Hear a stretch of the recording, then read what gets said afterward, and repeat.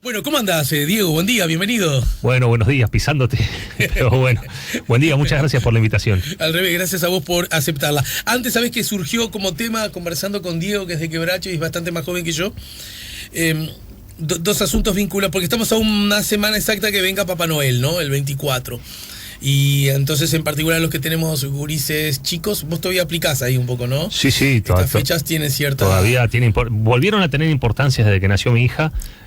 Y la seguirán teniendo, calculo yo, por algunos años más. Bien, y en ese contexto, yo acabo de desayunarme, mentira, porque en realidad siempre supe que era probable, que no todo el mundo vive el tema de la cena de Navidad, ni el tema de la llegada de Papá Noel de igual manera. A esto voy. ¿Vos de qué año sos, Diego? 77.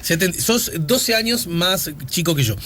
Entonces, ahí probablemente ya cambiaron. Primer dato, cuando yo era chico, Papá Noel era el que traía los regalos menos importantes que los Reyes Magos.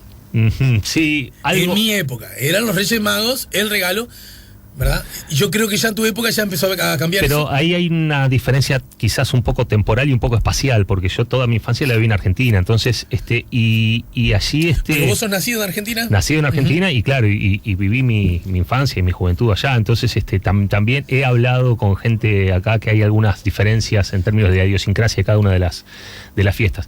Yo recuerdo que los regalos más importantes eran el 24 de noche. Ahí está, mirá. Sí, ese es mi recuerdo. Ya Papá Noel estaba instalado en Argentina probablemente antes que acá con esa... Quizás. Pero de los Reyes Magos, sí, ¿llegaban los Reyes Magos? Llegaban, pero al menos en mi familia no era un regalo de tanto porte como el del 24 de noche. Y ahí me permitís ir a lo otro, porque más allá de los contextos históricos, geográficos, espaciales, están después los estrictamente familiares. Claro. Y ahí yo descubrí una cosa. Primero, la cena de Navidad, de Nochebuena, justamente, no se esperaba a las 12 para comer, se cenaba antes, como en general uno cena antes de las 12.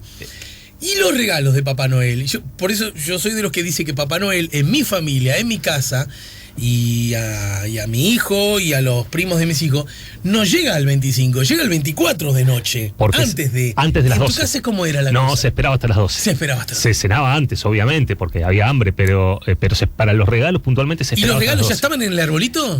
Bueno, tengo el recuerdo de que no. Que nos hacían salir a los primos, a los hermanos, como alguna cosa, nos distraían y en algún momento llegaban los regalos. ¿Y con tu niña, tú cómo has hecho? Y bueno, también, sí, uno por algún motivo repite ese tipo de cosas, ¿no? Bueno, me estoy sometiendo el procedimiento es el mismo. A la evidencia porque hay que someterse a la evidencia, no a sus gustos, de que lo que yo pensé que era lo más común, y era que, Papá Noel aparecía antes de las 12, no después. Ajá. Y que se cenaba antes de las 12, ahí sí estoy contigo. Sí. Bueno, muchos oyentes me están diciendo, no, que se come después de las 12 y que Papá Noel llega después de las 12. Yo creo que ahí hay tantas experiencias como personas, ¿no? Como familias. Combinaciones de tres tomadas de claro. tres. Bueno, estamos con Diego Luján. Diego, lo que decía, ya sabemos, hace un mes de hecho que sabemos que el presidente de la República va a ser la calle Pou, que la vicepresidenta va a ser Beatriz Argimón. Un mes antes incluso ya sabíamos cómo va a estar constituido el nuevo Parlamento del Uruguay, el Congreso, como dicen los argentinos. Lo que no sabíamos, por lo menos en su totalidad, cómo iba a estar formado el gabinete, ¿no? Y eso merece un análisis, por lo menos primario. Claro, bueno, efectivamente ayer se presentó el gabinete en su totalidad, incluso con las segundas y terceras líneas de cada ministerio, que era lo que en su momento el presidente electo había anunciado que quería hacer, no ir anunciando por goteo, digamos, sino anunciar el equipo completo. Creo que fue en ese sentido un anuncio, una forma interesante de presentar el gabinete, porque no recuerdo yo, al menos en la memoria reciente que me viene a la mente, presentaciones de este tipo, ¿no? En donde está el gabinete de ministros, pero además los subsecretarios, los directores de cada ministerio, y a mí me parece que da una idea de un equipo, que era una de las dudas que había en la previa, ¿no? Porque mientras el gabinete se estaba negociando, algunas cosas se filtraban, una de las dudas de quienes analizamos la política era cómo se iba a trasladar esta experiencia nueva, que es la coalición multicolor, al armado del gobierno, ¿no? Porque no es lo mismo, si bien Uruguay, como sabemos, ha tenido algunas experiencias de coalición en el pasado, es la primera vez que la coalición tiene este porte en términos de la cantidad de socios, y además de la cantidad de socios, la dispersión en términos al menos ideológicos que presenta esta coalición. Entonces, la incertidumbre era cómo se iba a trasladar eso al armado en términos de su rapidez, ¿no? De su velocidad, de su armonía. Y a mí me parece que en ese sentido ha salido, el gobierno electo ha salido bastante bien parado de este primer hito en la transición, que era presentar en público el equipo de gobierno. Uh-huh.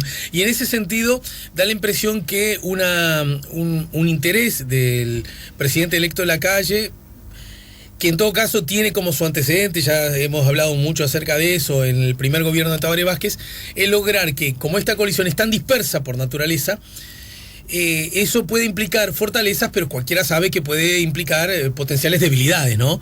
Más socios es peor que menos socios, sí. Y más socios distintos es peor que más socios parecidos. Tal cual. Yo creo que ahí, más que, digamos, queda claro que yo he dicho en estos días, desde luego de la segunda vuelta, que Lacalle Pou inicia su gobierno, y esto no es ni un pronóstico ni una premonición, simplemente es una constatación de la realidad, inicia su gobierno con una debilidad original, con una debilidad política importante. Sí. Hay ejemplos en Uruguay, en la región y en el mundo, de presidentes que han iniciado sus gobiernos con debilidad política y luego han hecho excelentes gobiernos. Uh-huh. Hace poco en términos históricos, en Argentina, Néstor Kirchner en 2003, prácticamente un gobierno endeble por donde se lo mire. Y sin embargo, bueno, el kirchnerismo duró 3 periodos seguidos, perdió por muy poquito el cuarto, claro. y ahora está de vuelta en el poder. Entonces, por eso yo decía, no es un juicio de valor en términos de cuál va a ser la calidad del gobierno. Pero cuando hablas de la debilidad, ¿te referís a qué datos objetivos? Y bueno, por ejemplo, para decir algo, el presidente controla, en el mejor de los casos, el 30% del Parlamento.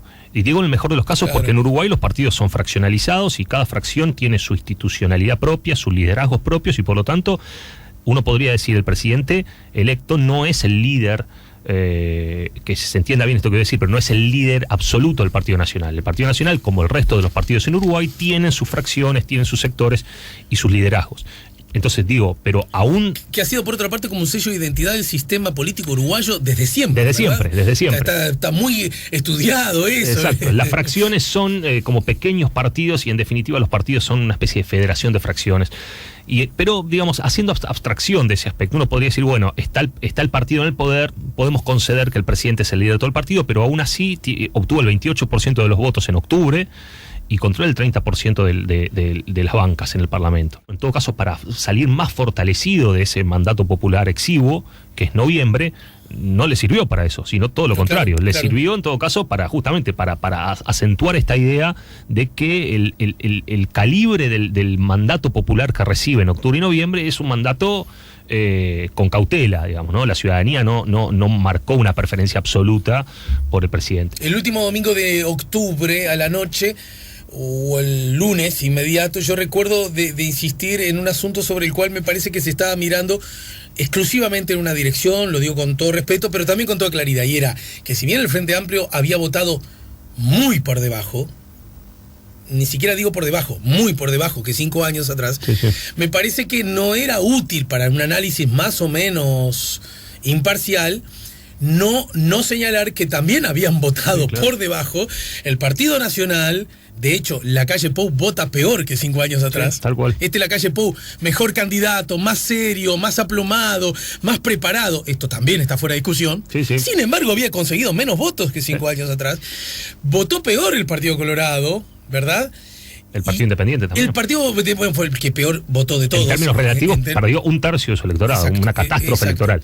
Y que el verdadero fenómeno político electoral lo había ejecutado Cabildo Abierto. Sí, sí, ¿no? Claro. Entonces, coincido con esa forma de verlo. Porque si no, quedaba como una mirada solo cejada, no digo de intención, sí. En algún caso puede a mí me parece que el panorama está completo ahí, cuando uno dice, bueno, en realidad hay un cambio más de carácter sistémico, si se quiere, la volatilidad electoral, que es este indicador que los politólogos usamos para medir un poco la estabilidad de las preferencias, marca un repunte en esta última elección que no se aproxima ni por asomo. Por eso yo decía, el cambio sistémico es un cambio que todavía requiere algún tiempo para madurar y para poder analizar con propiedad, porque La volatilidad electoral, por ejemplo, en la elección, ahí sí, una elección bisagra del 2004, fue del orden del 27%. ¿Qué quiere decir esto? Que el 27% de las personas cambiaron sus preferencias, en términos agregados, ¿no? Porque a lo mejor cambiaron todos,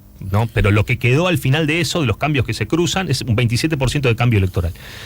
Luego la volatilidad se derrumbó durante 2009, 2014, fue una volatilidad bajísima, del orden del 4 o 5%. Lo que hacía que nuestro sistema fuera muy parejo, pero a su vez muy previsible, ¿no? Claro, exacto, muy estable, y entonces no había espacio para mucha novedad. El Frente Amplio fue siempre la mitad mayor en términos del Parlamento, al menos, siempre obtuvo mayoría parlamentaria. En fin, la volatilidad ahora en la elección de este año fue del orden del 13%.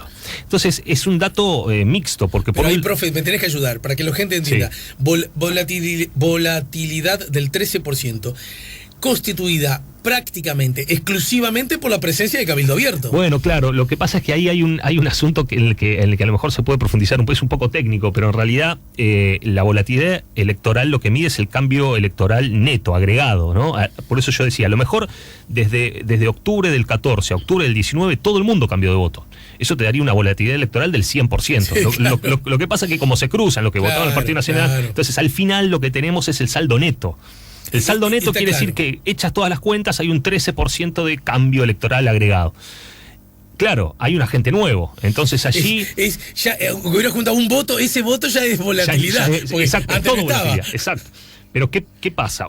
Nosotros en ciencia política solemos distinguir lo que es la volatilidad endógena, quiere decir la volatilidad entre los partidos que ya conforman el sistema, que es una volatilidad, si se me permite el término, buena. ¿Por qué? Porque mide de algún modo la elasticidad de los votantes ante la gestión de gobierno, ¿no? O sea, a mí no me gustó lo que hizo, voto a otro, pero otro de los que ya conozco, de los que yo ya sé que están ahí, y castigo o premio al partido de gobierno según me guste o no su gestión. Esa es una volatilidad buena porque rinde cuentas. Ahora, luego está la volatilidad exógena, la volatilidad que está explicada por partidos nuevos que no sabemos quiénes son, ni bueno ni malo, no sabemos quiénes son, y que la gente no castiga al partido de gobierno votando a los otros, castiga a todos votando a uno nuevo. Esa es una volatilidad que es un síntoma complicado para las democracias, y eso está estudiado.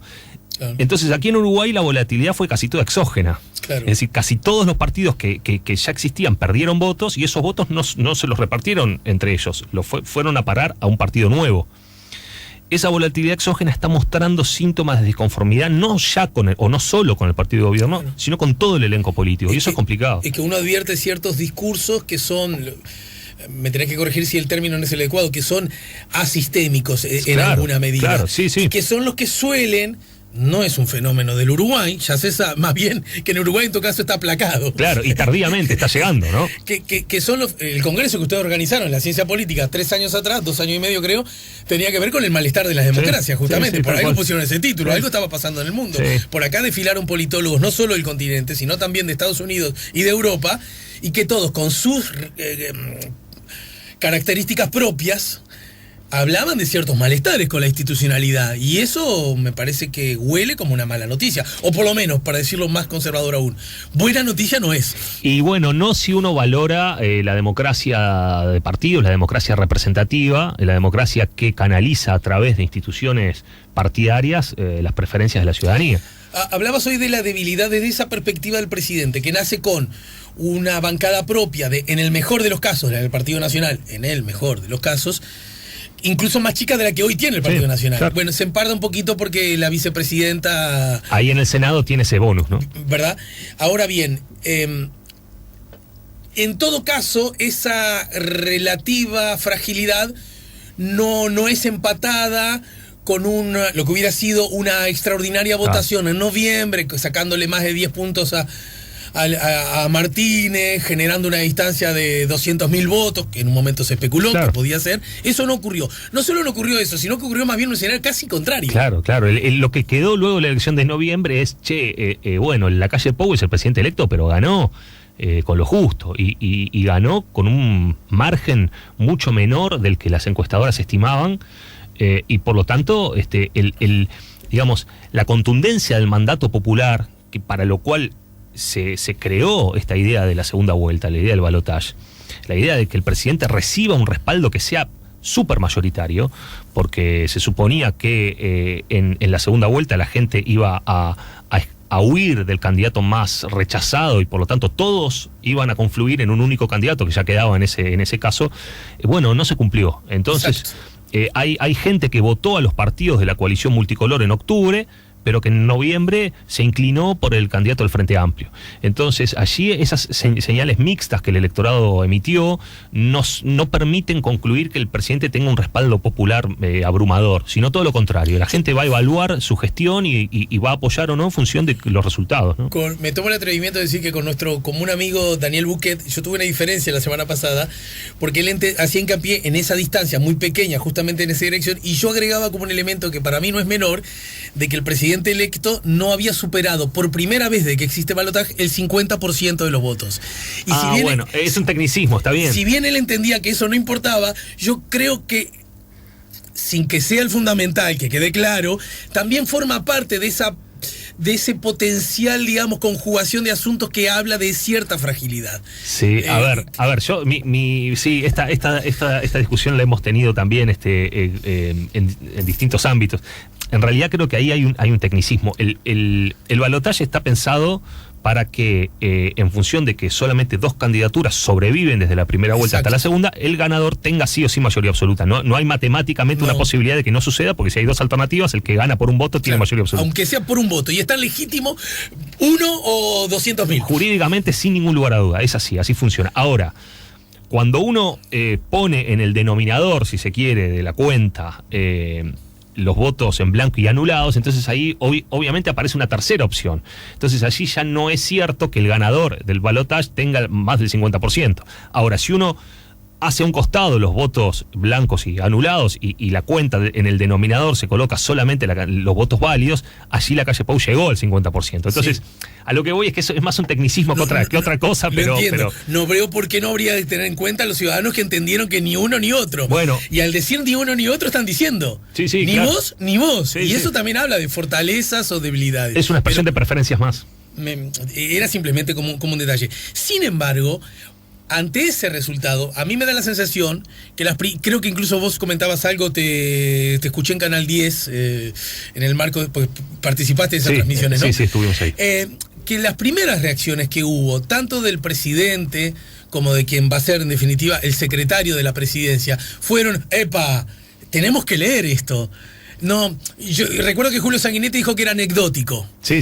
Y yo no escuché que la calle dijera que era anecdótico, más bien que, como buen líder de la nación, con grandes responsabilidades, me pareció que dio cuenta de eso, que lo advirtió, y ese me pareció un muy buen gesto de la calle Pou. Pienso que es imposible no considerar que el margen de victoria es un dato político relevante, ¿no? Yo entiendo a Sanguinetti cuando dice el que gana por un voto gana, nadie discute eso, por supuesto, digamos, el efecto jurídico se produce a los efectos de proclamar presidente electo a uno de los candidatos. Luego uno puede hacer una lectura política, y a mí me parece absolutamente válido y necesario hacerla, esta lectura política. En términos de la contundencia del mandato popular, vuelvo a repetir que recibe un presidente, no es lo mismo un presidente que gana con luz de ventaja, y entonces la contundencia de ese mandato popular es de un calibre, y si no lo hace, la contundencia es de otro calibre. Y a mí me parece que eso luego se puede trasladar eventualmente a la gestión de gobierno, ¿no? Es decir, no es lo mismo un presidente que recibió un respaldo popular abrumador a la hora de negociar vis a vis con sus socios de coalición, por ejemplo, ¿no? Que un presidente que necesita construir capital político ex post la elección, ¿sí? Porque no lo pudo construir con la contundencia necesaria antes, y entonces allí el presidente es más un primus inter pares, hablándole de igual a igual. Y eso también habla de cierta potencial, estamos hablando de fragilidad, ¿no es cierto? Pienso que sí, pero como decía al inicio, esa potencial fragilidad, claro, está recorriendo la transición recién sus primeros pasos. Hasta ahora, tanto en la conformación de la coalición electoral para noviembre como la conformación del equipo de gobierno, yo creo que está saliendo muy bien parado. Es decir, nosotros no hemos visto hasta ahora factores digamos, que rompan la armonización de estos 5 partidos, ¿sí? Y podría haberlo sabido, porque hubo algunos señalamientos. ¿Ya tan pronto crees que pudo haberse dado? Bueno, por ejemplo, hubo algunos señalamientos en relación a algunos de los ministros nominados por el presidente electo, ¿no? Estoy hablando en particular del ministro de Salud Pública, ¿no? Así es. Y sin embargo, de algún modo eso se blindó en la interna, no hubo voces discordantes, ¿no? Estoy pensando también en, el reparto, aunque esta palabra tiene un cariz un poco negativo, pero en realidad la distribución, podríamos decir así, de los cargos en el gabinete, que claramente tienen algunos partidos o sectores que no están debidamente representados y otros que están sobre representados. Sartori, por ejemplo. Estoy pensando precisamente en Sartori. Partido Independiente, por ejemplo. El Partido Independiente está sobre representado en función de la votación que tuvo, y el Partido de la Gente, que tuvo una votación similar, no aparece en el gabinete. Alguien dirá, bueno, en realidad Novik se negó o no estuvo de acuerdo en integrarse al gobierno, entonces va a apoyar desde el punto de vista legislativo, pero bueno, lo cierto es que si no es Novik podría haber sido alguien más. Bueno, no está Manini, sin embargo hay alguien más, ¿verdad? Claro, por eso, entonces ahí hubo como una especie de doble estándar. Y estoy pensando también en Sartori, que tanto él como Verónica Alonso podrían haber aspirado a integrar de pronto un gabinete o una subsecretaría, y sin embargo... Recordemos que Sartori fue el candidato a la presidencia que más votos tuvo después de la calle Pou, ¿no? Exactamente, entonces digamos, no estamos hablando de alguien que haya tenido una votación marginal dentro del partido. Luego en octubre es cierto que no le fue bien, pero digamos, es un dirigente nuevo, pero que ha tenido un respaldo popular en las internas de junio importante. Y además es un senador electo para el próximo periodo. Por lo tanto, a mí me parece que ahí podrían haber habido luces de alerta, ¿no? Y sin embargo, no las hubo. Hasta ahora al menos todo se ha procesado en un clima, me parece, muy profesional, muy serio, y eso, creo yo, marca un buen inicio para esta transición. Vamos a ver cómo sigue, ¿no? Luego de la pausa me gustaría que, a grosso modo, porque todavía uno está orejeando las cartas y además todavía no empezó la gestión. A propósito, qué transición larga tiene el Uruguay, ¿no? Sí. Me gustaría que me comentaras algo al respecto. Pero, ¿cómo es la cosa? Porque siempre que se llega a estas instancias está el famoso cruce de gabinete técnico o político. Haciendo además una salvedad, que yo también quiero ser muy honesto con los oyentes, que yo combato frontalmente, y tiene que ver con el desprestigio de lo político. Del mismo modo que el desprestigio del repartir cargos. La política se hace con políticas públicas ejerciendo los cargos. Así que sería, razonémoslo por el absurdo, sería absurdo que una persona, un sector, un partido obtenga muchos votos, la gloria, el punto más alto de la democracia, y que después alguien que no tenga los votos esté ocupando cargos de gobierno. Sería un absurdo. Entonces, ¿cómo no va a haber reparto de cargos? Tiene que haberlo. Bueno, sin embargo, esas palabras tienen misterio, muy mal marketing, ¿no? Claro. Parece que la política sería buenísimo si no lo hicieran los políticos. Sí. Estoy exagerando. Eso es algo que nosotros en los cursos, especialmente a los estudiantes, las generaciones más jóvenes, siempre tratamos de resaltar. Es decir, si la política no tiene un espacio en la decisión, las decisiones se van a tomar igual. Entonces uno se tendría que preguntar quién las va a tomar. ¿Quién las toma si no son claros? Y entonces allí me parece que hay espacio para reivindicar la política. No obstante lo cual, creo que, y te adelanto mi opinión al respecto, ha habido también aquí una buena gestión en términos de cómo integrar criterios que son, yo diría, hay más de dos criterios. Está el criterio técnico, de idoneidad técnica, que me parece muy importante, en particular en algunos puntos del Estado en donde realmente es necesario saber de lo que uno está haciendo. El criterio político, que es absolutamente importante, es muy importante, en particular en una coalición. Pero además está el criterio de la confianza política, o la confianza incluso hasta personal del presidente en relación a algunos miembros del gabinete, que a mí me parece que han sido estratégicamente colocados para fungir como canales de comunicación desde los ministerios, desde las oficinas públicas, hacia el presidente. A mí me parece que eso es importante. ¿Lo vemos también. luego de la pausa? ¿Cómo no? Bueno, y además tenemos también, porque va de suyo, a abordar a que sigue teniendo, y no hablo de la coalición multicolor que va a ejercer el gobierno. El Uruguay en general sigue teniendo problemas y retrasos para colocar a mujeres en puestos de gobierno, ¿no? Es como que un paso adelante, dos atrás, ¿no? Allí hay un paso atrás, efectivamente. En particular si uno lo compara con lo que había sido la la tónica del Frente Amplio en la campaña, que había propuesto un gabinete paritario. A mí me parece que allí, más allá de que sea paritario absoluto, porque pero alguna una vez cosa es paritario y otra cosa. Me parece que hay mucha diferencia entre una cosa y otra. Ese es el asunto. Estamos poniendo la mañana en camino, estamos con el doctor en ciencia política, investigador y docente Diego Luján. Vos estás solo en la UDELAR, ¿no? La Universidad de la República. Sí, en la UDELAR, efectivamente. Bien, si usted tiene preguntas, comentarios, opiniones, el WhatsApp es el 099-894-987. Estamos poniendo la mañana en camino, estamos conversando con Diego Luján, argentino y hincha de allá y acá. Bueno, allá soy hincha de Newell. No, mira. porque en realidad acá no tengo un equipo así. Me estás haciendo la políticamente correcta. No, de verdad, soy más. ¿Querés un equipo que va a jugar una final en breve? Bueno, podría ser, pero no sé. No, acá en realidad soy más hincha de Peñarol, pero así light. Donde no es light, soy hincha de Newell, y ahí sí soy hincha de verdad. Tenemos problemas porque en Rosario, yo tengo gran simpatía por Rosario, nos tira un poquito más el canalla. Y bueno, ¿qué va a ser? Es un error nuestro, ¿no? Algo malo hay que tener. Está bien. Sí. Es un error. Fuimos en Semana Santa y Juan vio el estadio de Arroyito y dijo, y viste esa cosa, le pegó y ya le compré la camiseta. Y qué pena que no fueron para el Parque Independencia y veían el coloso del parque. Bueno. Fuimos después. Pero ya había una decisión tomada. Sí, está muy bien. Viste que los niños toman decisiones rápido. Pero está bien que se reproduzcan ese tipo de cosas, aunque sean y tienen los colores de Boca, y en Argentina simpatizamos por Boca. Bueno, está por una sencilla razón. Pudo haber sido River, pero de gurillo fui hincha de ropa. Y como acá somos de Liverpool, y yo estratégicamente entendí que mi hijo tenía que ser hincha de un cuadro grande en la región, por lo menos. Claro, para tener alguna alegría. Bueno, ustedes tuvieron una alegría este año con Liverpool. Sí, bueno, y vamos a jugar ahora la final con Nacional, y seguramente nos quedaremos con la Copa también. Muy bien. Bueno, a ver, ¿qué características entonces luce el elenco presentado ayer? ¿Verdad? El elenco que va a integrar el ministerio, porque además fue presentado tal como decías, lo que además luce como un hallazgo, además simbólico conceptual, ¿no? Sí, tal cual. Es una forma de ministro, viceministro, director, ¿verdad? Es como una especie de alineación de equipo de fútbol, ¿no? Todo muy prolijo.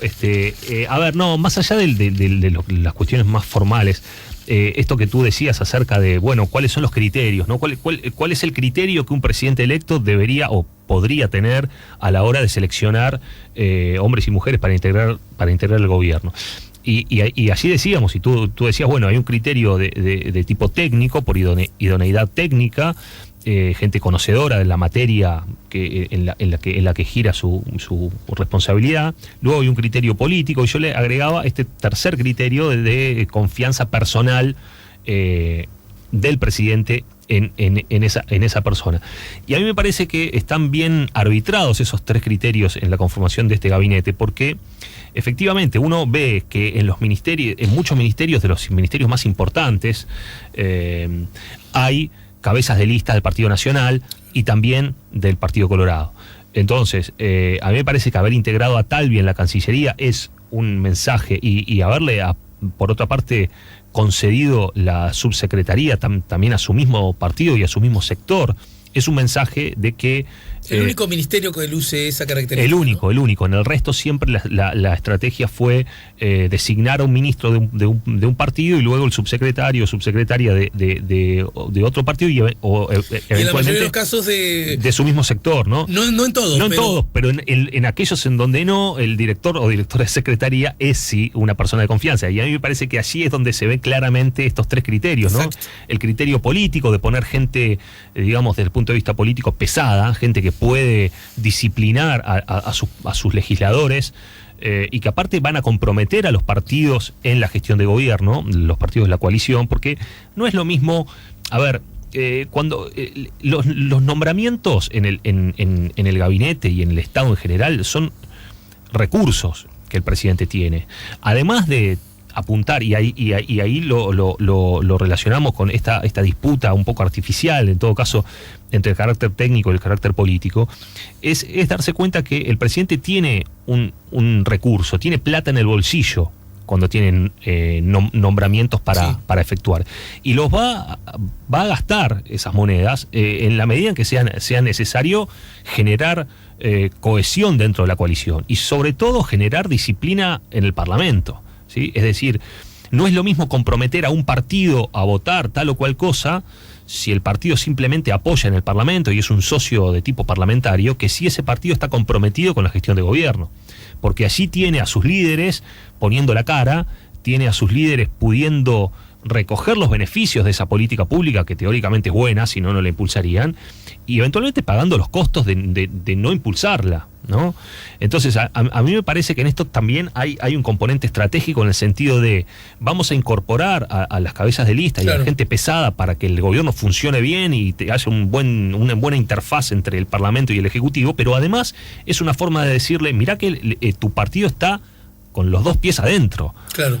Y si está con los dos pies adentro, las cosas hay que hacerlas bien, porque de otro modo nos hundimos todos. Pero además también es una forma de ganar tiempo, ¿no? Quiero decir, si ya lo tenemos, entre comillas, discutido en el Ejecutivo, a lo mejor no necesitamos tanto tiempo discutirlo en el Congreso, en el Parlamento, ¿no? Absolutamente, es una forma de viabilizar y de ganar tiempo, efectivamente, que es un factor clave cuando vamos a tener un gobierno de coalición, y un gobierno de coalición de este tipo como la que ya hemos señalado al inicio. Entonces, todo lo que el gobierno tenga para hacer, lo va a tener que hacer relativamente rápido. En general lo tiene que hacer rápido, aun si fuera un gobierno de partido, porque hay una cuestión que es el ciclo político, ¿no? El ciclo político marca que entrando el cuarto año de gobierno la cosa se desinfla, los ministros se van a hacer política, renuncian, los legisladores están haciendo campaña y es difícil llevarlos al Parlamento para que voten leyes. Porque ya están pensando en la elección que viene. Entonces, pero eso se agudiza aún más cuando es un gobierno de coalición, claro, en donde va a haber una disputa interna entre los socios de la coalición. Y a eso quería ir, porque son socios y también son competidores, ¿no es cierto? Absolutamente, van a ser competidores. Ya se sabe que en 3 o 4 años van a estar compitiendo entre ellos. Y en ese sentido, a mí me parece que a Lacalle Pou le fue casi perfecto, ¿no? Porque se aseguró los líderes de las fracciones de su partido, los jefes políticos en el gabinete, ¿no? Entonces está el Guapo, está Heber, está el ministro de Defensa, ¿no? Bueno, eso está. Que no son los que uno podría esperar de donde salga más ruido, pero por las dudas están reconociendo lo que es la historia y la fraccionalización de los partidos. ¿Estamos de acuerdo? Tal cual. Ahora, necesitaba colocar a los otros socios, y en particular a dos, que son los más importantes, ¿no? El Partido Colorado y su candidato a la presidencia, Talvi, y lo obtuvo, y Cabildo Abierto, y ahí da la sensación, y ahí no lo obtuvo, aunque sí está la esposa de Cabildo, sí, la esposa de Manini, ¿no? Sí. Que no es lo mismo que cualquier otro dirigente, tengo la impresión. ¿Cómo la ves vos? Bueno, a ver, a mí me parecía en algún momento que la senadora electa Irene Moreira iba a ir por la intendencia de Artigas. Me parecía que ese era su objetivo. Pero el primer anuncio había sido que Moreira no iba a ir a... Sí, pero yo no suelo creer mucho en lo que los políticos dicen. Claro. No, era mi intuición, pero claramente me equivoqué, me equivoco todo el tiempo. Así que bueno, a ver, en todo caso, lo que sí me parece importante. Pero quiero hacer un paréntesis en esto que dijiste, porque viste que este tipo, él que los estudia, no les cree porque se sabe que los políticos son una manga de mentirosos. Sí. Podría ser eso una lectura. No, porque en realidad cuando un político, yo tengo esta convicción y es compartida por otros colegas, yo lo aprendí, esto no es que me iluminé. Cuando los políticos hablan, están haciendo política, ¿no? Cuando los políticos elaboran un programa, están haciendo política, y a mí me parece que hay que respetar eso. Yo respeto mucho a los políticos que hacen política. Por eso es que a veces no les creo. Pero no por una cuestión de malevolencia. No les creo porque yo quiero ver luego, porque cuando un político habla, está haciendo política, y a mí me parece que hay que darles el derecho a que cuando uno quiere que el político se desnude ante la sociedad, le está sacando todas sus herramientas, ¿no? Un político tiene que tener reuniones, conversaciones reservadas, tiene que tener declaraciones que de pronto no reflejan todas sus intenciones. De otro modo es imposible hacer política. Pero ¿acaso, Luján, no es lo que, salvando las distancias y las proporciones, no es lo que hacemos en la vida constantemente? Bueno. Cuando vamos a un bar y de pronto nos gusta una muchacha y le decimos cosas y otras no las decimos con igual énfasis, sí. y de pronto nos pusimos una cantidad de perfume que habitualmente no nos ponemos. Sí, sí. Hay un cortejo del político ante la ciudadanía, y a mí me parece que eso también, digamos, cuando los O políticos... con tu jefe, cuando le decís, ¿cómo te fue con aquello? Sí. Y le decís cosas de que las cosas te costaron un poquito más. Sí, claro. Para claro. que él te valore quizás más, porque si no le decís lo mucho que te costaron, Los políticos son piensa que seres te debería humanos. pagar menos. Claro, son seres humanos que están expuestos a una tarea realmente compleja, que es la tarea de gobernar en democracia. Porque claro, sería muy simple si nosotros tuviésemos otro sistema de gobierno que no sea democrático, pero en las democracias los políticos los elige la ciudadanía. Y entonces, para resultar electos, los políticos tienen que hacer ciertas cosas que dentro del marco de la legalidad implican a veces decir algunas cosas, a veces callar esas mismas cosas y a veces resaltar algunas cosas en las cuales de pronto no creen. Cuando uno ve que Manini se resistió hasta último momento, pese a que, por lo que dicen, hubo una fuerte insistencia por parte del presidente electo para que se integre al gabinete, uno tiene que pensar, o a mí me gusta pensar del siguiente modo: ¿por qué Manini resistió entonces estoicamente su integración en el gabinete? Una alternativa puede ser porque no le interesa, pero eso es difícil, ¿no? Porque a qué político medianamente ambicioso no le interesaría ocupar un ministerio. Es difícil pensar que haya sido por falta de ambición, ¿no? Porque si hubiese falta de ambición, no se estaría explicando todo lo que Manini hizo desde que dejó su cargo como comandante en jefe. Entonces, ¿qué es lo que explica? Y bueno, lo que explica es que de pronto él tiene claro que está construyendo un partido nuevo, que la política en Uruguay sucede en el Parlamento y que el lugar en donde él tiene que estar para terminar de construir el partido, que lo está construyendo en los últimos meses, porque es un partido que arrancó su vida en marzo de este año, requiere que su principal líder esté en el Parlamento, esté en contacto con donde efectivamente la política, en el ámbito donde la política efectivamente ocurre. Y donde ocurre todos los temas ahí. Exacto, porque si estás en una cartera estás muy vinculado estás a un en tu tema. Asunto, exacto. De pronto haces 7 goles. Sí, Eso. sí. Vivienda, haces 200 millones de vivienda. Bueno, ponele. Pero es difícil, ¿no? Es difícil. Es difícil, porque tampoco es un ministerio en donde los recursos hayan florecido, ¿no? De hecho, a los gobiernos del Frente Amplio, que tuvo o tuvieron con distintos énfasis, pero una vocación de invertir o de atender el asunto de la vivienda, porque históricamente ha sido uno de los aspectos que el Frente Ese ha sido Amplio. un punto flaco de la historia política del Uruguay. Eso entonces es difícil pensar que ese ministerio sea, ¿no?, el ministerio de lanzamiento de una candidatura exitosa en el 2024. A mí me costaría creerlo. Entonces, y por otra parte, además de esto, que es la decisión de Manini, creo yo, está vinculada a consolidar a su partido como un partido político allí donde la política sucede. Además está esta idea de que el principal líder tiene las manos más libres, claro, ¿no? Cosa que no va a tener por el momento, al menos mientras esté en el cargo Talvi. Lo que para mí luce como un error político de Talvi. Y bueno, podría ser. Y de su liderazgo, que recién está en etapa embrionaria, ¿no? A ver, uno podría decir, hablando de Talvi ahora, ¿no? Talvi va a estar en la Cancillería. En la Cancillería sí puede hacer algunos goles. Esa es la diferencia en relación al Ministerio de Vivienda. Pero implica estar un poco afuera de la política doméstica, precisamente, ¿no? Entonces, y Sanguinetti adentro. En el Parlamento y en el partido. Secretario general y además ocupando la banca. Entonces, y hablando todos los días con la gente. Porque además nosotros, los que no hacemos política, de pronto no lo sabemos. Pero los líderes políticos desarrollan su liderazgo conversando todos los días con todos, constantemente, de las grandes cosas y de las chiquitas también. Eso sucede en el Parlamento. Así es que se forjan los liderazgos y visitando el pueblo aquel y yendo. Y eso es una cosa que si vos estás de viaje está bravo de hacer, ¿no? Sí, y por definición el canciller es quien está de viaje, está siempre atento a la agenda internacional y muy poco atento, porque su cargo así lo requiere, a la agenda doméstica, que es lo que a la gente más le importa en un país como Uruguay, donde la política internacional es muy importante desde el punto de vista comercial, pero en donde Uruguay no es un actor global relevante, ¿no? Entonces aquí, a diferencia de lo que pasa en Estados Unidos, donde la política exterior es central en toda campaña nacional. En Uruguay los aspectos de política internacional en la campaña son importantes, pero digamos no están lejos de tener la relevancia que tienen en otros países que tienen una agenda internacional mucho más. A pesar de que buena parte del negocio consiste en que también le va a Uruguay con relación al de afuera, ¿no? Claro. Hasta por su propio tamaño, sí, ¿no? Sí, tal cual, pero si tú revisás, digamos, los temas que en campaña son los más politizados y los que la opinión pública le presta mayor atención, los temas de política internacional, salvo en esta última elección, por el caso de Venezuela, que se coló bastante en las disputas entre unos y otros,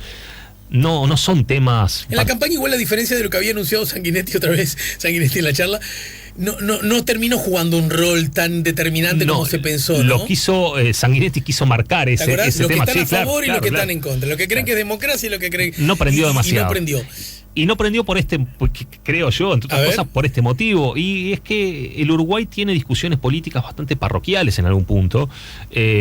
No creo que esté ni mal ni bien, pero el ciudadano medio uruguayo es un ciudadano que no tiene su mente y su atención puesta sobre el mundo, ¿no? De hecho, es muy difícil a veces, nos pasa todo el tiempo cuando damos clases, utilizar ejemplos de países, claro, si uno utiliza Brasil, Argentina, de pronto la atención puede estar más marcada, pero si uno utiliza ejemplos de países más lejanos, de pronto, casos que están más lejanos en el tiempo, no solamente en el espacio, a la gente ya le cuesta, ¿no? Saber en qué está hoy, por ejemplo, Europa, claro, ¿no? ¿En qué está hoy, por ejemplo, el sudeste asiático?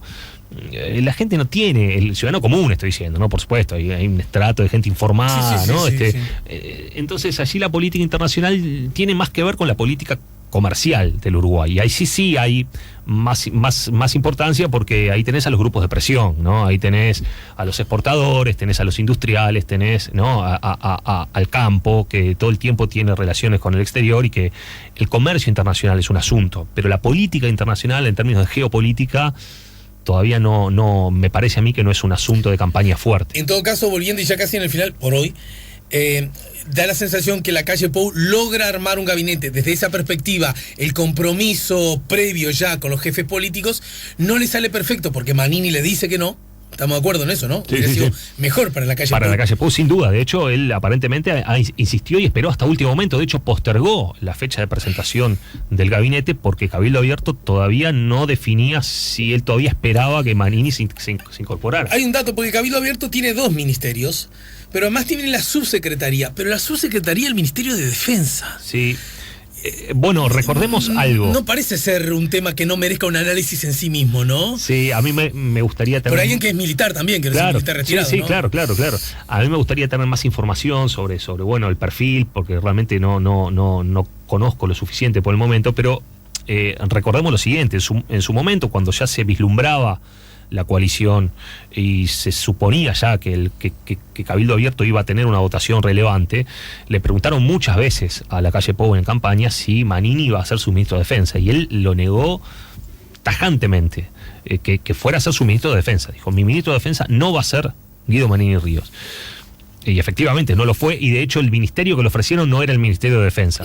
Pero aparece allí, efectivamente, en la segunda línea del ministerio, un representante de Cabildo Abierto, que, como decía, me gustaría tener más referencias acerca de, bueno, cuál ha sido su trayectoria, cuál ha sido... un hombre más muy cercano, en particular a Manini, porque además ese partido, por la propia naturaleza del partido y la juventud, se ha dado donde figuras que han adquirido relevancia o notoriedad por comentarios públicos, sí, en su mayoría infelices, esto lo digo yo, de alguna manera, una de las razones que se ha encontrado como para pasteurizar ese acontecimiento es, bueno, gente nueva, recién llegada, no los conocemos tanto, no necesariamente nos representan.